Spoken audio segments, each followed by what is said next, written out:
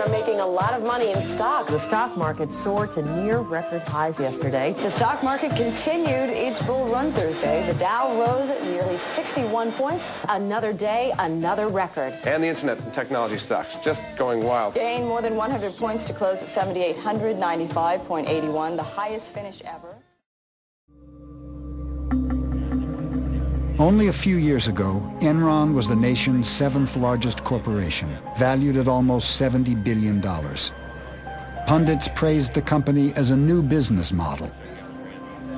This trading floor was manned by America's best and brightest, charting the futures of energy and power. In Enron, it looks to me like the captain first gave himself and some friends a bonus, then lowered himself and the top folks down in the lifeboat, and then hollered up and said, by the way, everything's going to be just fine.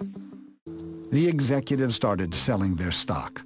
By Enron's collapse, Ken Rice had sold 53 million. Ken Lay had sold 300 million.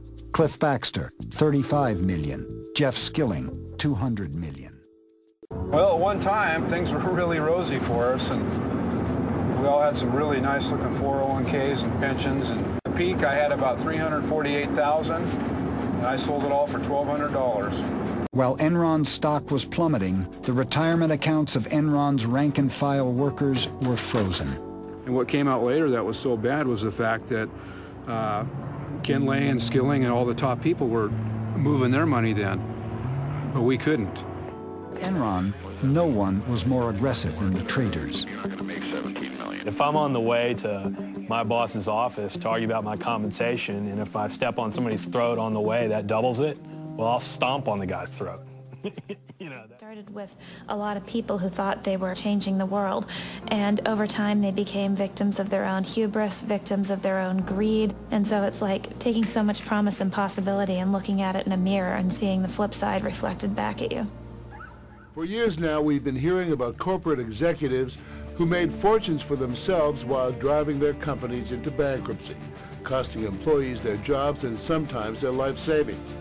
Not so at Malden Mills, a textile company in Lawrence, Massachusetts that invented the fabric Polartec.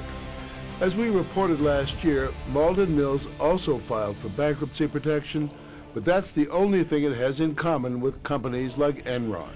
In fact, Malden Mills is known for going out of its way to help its employees, even when the company suffered a shattering setback. It started around 8 o'clock. Explosions boomed into the night. Spectacular general Two buildings still burning You at the can still see the orange glow in the There's just no way to quantify this at this point. And all of this happened, of course, just 2 weeks before Christmas.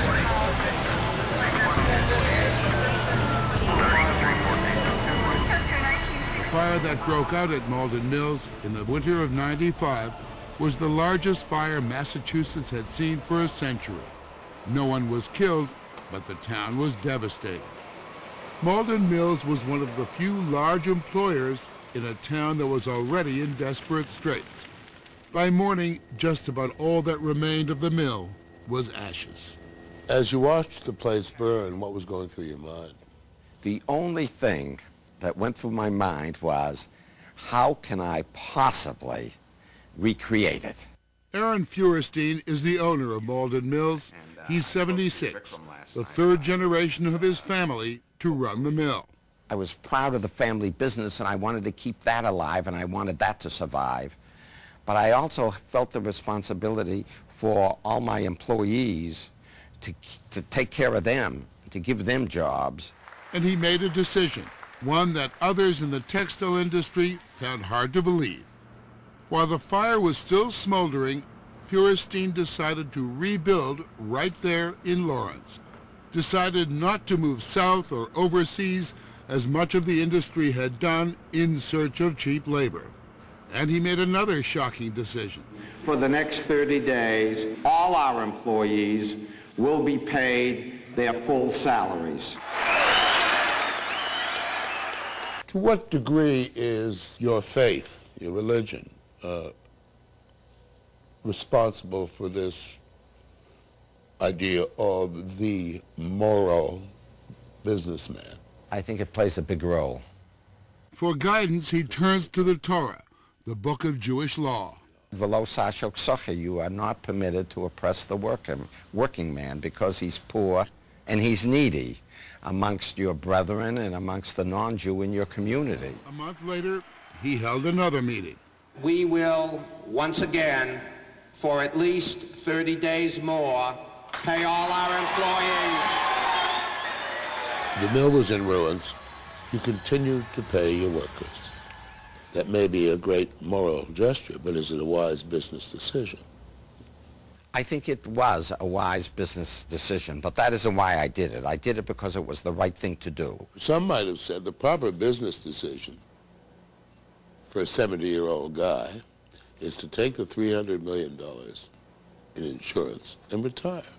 And what would I do with it? Eat more? Buy another suit? Retire and die? Huh. No, that did not go into my mind. That was not an option, not for a second. Have a wonderful holiday. He kept his promises. Workers picked up their checks for months. Thank you. You're welcome. In all, he paid out $25 million. Aaron Feuerstein became known as the Mensch of Malden Mills, a businessman who seemed to care more about his workers than about his net worth.